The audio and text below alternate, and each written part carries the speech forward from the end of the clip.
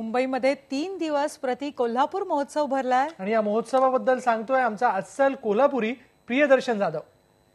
राम राम। नादखोळा कोल्हापूरमध्ये आपलं स्वागत आहे। कोल्हापूर म्हणजे करवीर नगरी, वीरांची नगरी, निसर्ग सौंदर्याने ती भरलेली आहे, मावळ्यांच्या शौर्याने भरलेले आहे हे नादखोळे शहर।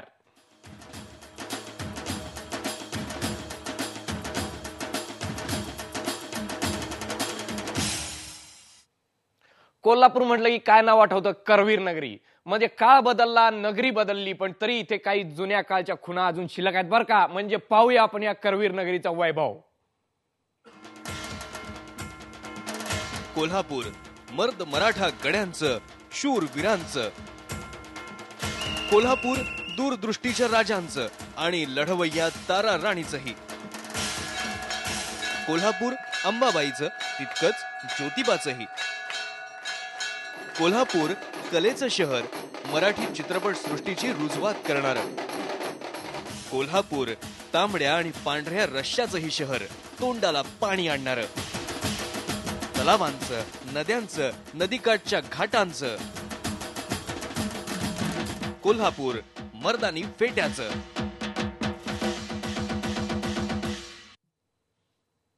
हे सगळं तुम्ही जे पाहिलं ते खऱ्या खुऱ्या कोल्हापूर बद्दल पाहिलं। हो, आता मुंबईत उतरलंय परती कोल्हापूर आणि ते शिवाजी पार्कवर। चला की बघूया।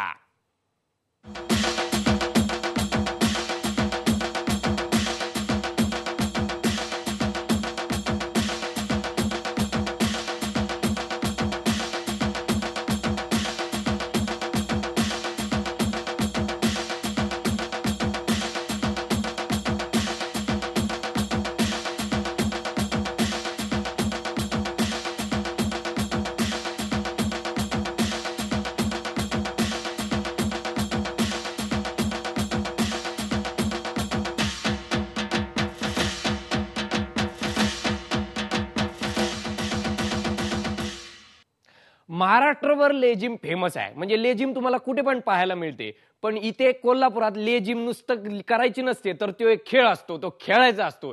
त्याची झलक तुम्हाला या महोत्सवात पण बघायला मिळेल। बघा।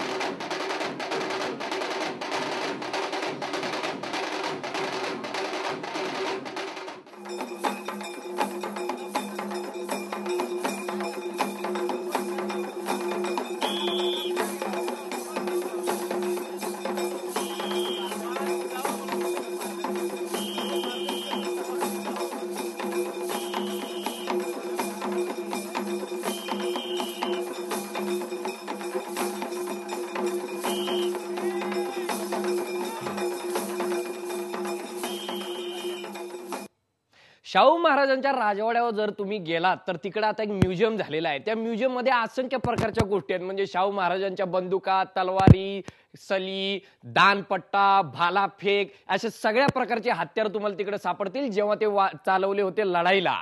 आता ती परंपरा झाली आहे आणि खेळ म्हणून झालंय। तर ह्याच करवीर नगरीत तुम्हाला बघायला मिळेल दानपट्टा आणि भालाफेकीचे खेळ। बघा। तलवारीच्या विद्युत गतीनं होणाऱ्या हालचाली, ढालींचा खणखणाट, लुटपुटूच्या पण तरीही श्वास रोखून धरणाऱ्या लढाया, या प्रति कोल्हापुरात गेले 2 दिवस रंगणारा हा खेळ. रणरागिणीच भासणाऱ्या या करवी नगरीतल्या ललनांच्या हालचाली जितक्या आकर्षक तितक्याच मनात धडकीही भरवणाऱ्या. लिंबू तलवारीनं फोडण्याचा खेळही या कोल्हापूरवासियांचाच. एकूण काय तर हा साराच महोत्सव शौर्याची नगरी हे कोल्हापूरचं नाव सार्थ करणारा.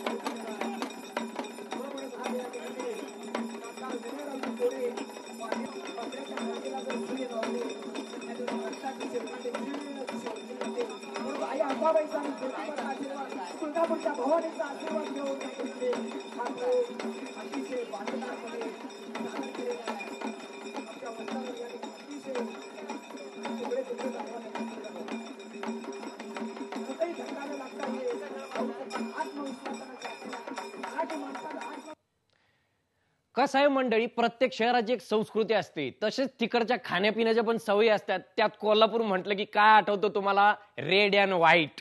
रेड अँड व्हाईट म्हणजे तांबडा रस्सा, पांढरा रस्सा.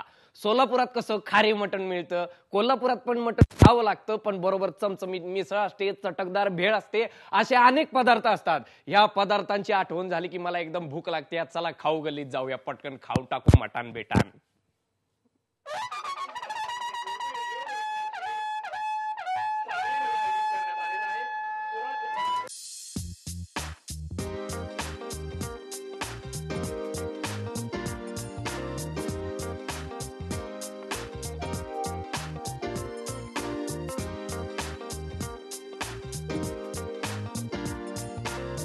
प्रत्येक प्रदेशाची स्वतःची अशी वेगळी खाद्य संस्कृती असते. जशी कोल्हापूरची खाद्य संस्कृती ओळखली जाते ती मटणाच्या वेगवेगळ्या रश्श्याच्या प्रकारांनी. याविषयी आपण जाणून घेऊया संतोष यांच्याकडून. संतोष, मला सांगा की मटणाचा जो तांबडा रस्सा, पांढरा रस्सा असतो, तर ते यात वेगळेपण काय? तांबडा रस्सा हा तिखट असतो, पांढरा रस्सा हा म्हणजे मिडियम तिखट असतो आणि पांढरा कलरमध्ये असतो. बरं, हे दोन्ही रस्से कसे तयार केले जातात? हे मटणाचे पाणी काढले असते. पहिलं मटण शिजवलं जाते, मग त्याचे मटणाचं पाणी काढून त्यामध्ये तीळ, खसखस, काजू, कणी याचे हे पेस्ट केली जाते आणि त्याने ते पांढरा रस्सा केला जातो. त्याला पहिले फोडणी घातली जाते.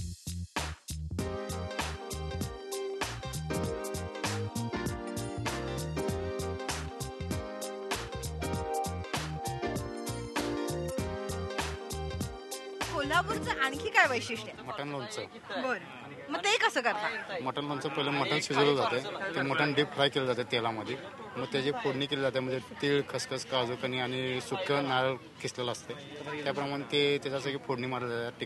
तिखट पूड, चटणी पूड, बुक्का घालून तयार केलं जातं. ताई, तुम्ही 2 दिवस मुंबईत आहात, तर मुंबईकरांचा तुमच्या सगळ्या डिशेसना कसा प्रतिसाद मिळतो? अगदी खूप चांगला मिळाला. जेवढा आम्हाला शक्य होत नव्हता तेवढा जास्त मिळाला.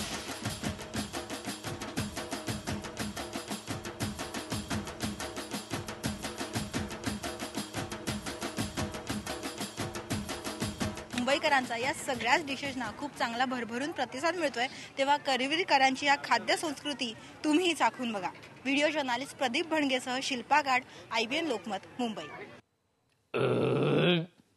आता एवढा पांढरा तांबडा खाल्ल्यावर काहीतरी एंटरटेनमेंट हवी की नको? आता कोल्हापूरची एंटरटेनमेंट म्हटल्यावर कुठली असणार? करेक्ट ओळखलंय, लावणी. दिल खेचक लावणी बघितल्याशिवाय कसं काय फरक पडणार ना? मग येता का लावणीला?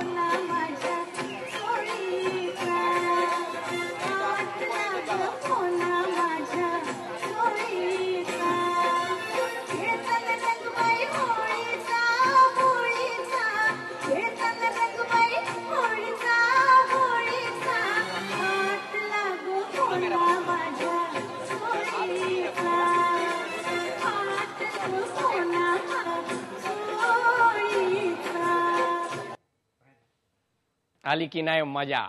या नादखुळ्या प्रति कोल्हापूरची झलक फक्त तुमच्यासाठीच होती. आता महाराष्ट्र नामामध्ये इतर बातम्या आपण मनुश्री आणि विशाल सोबत घेऊयात. पहा फक्त IBN लोक.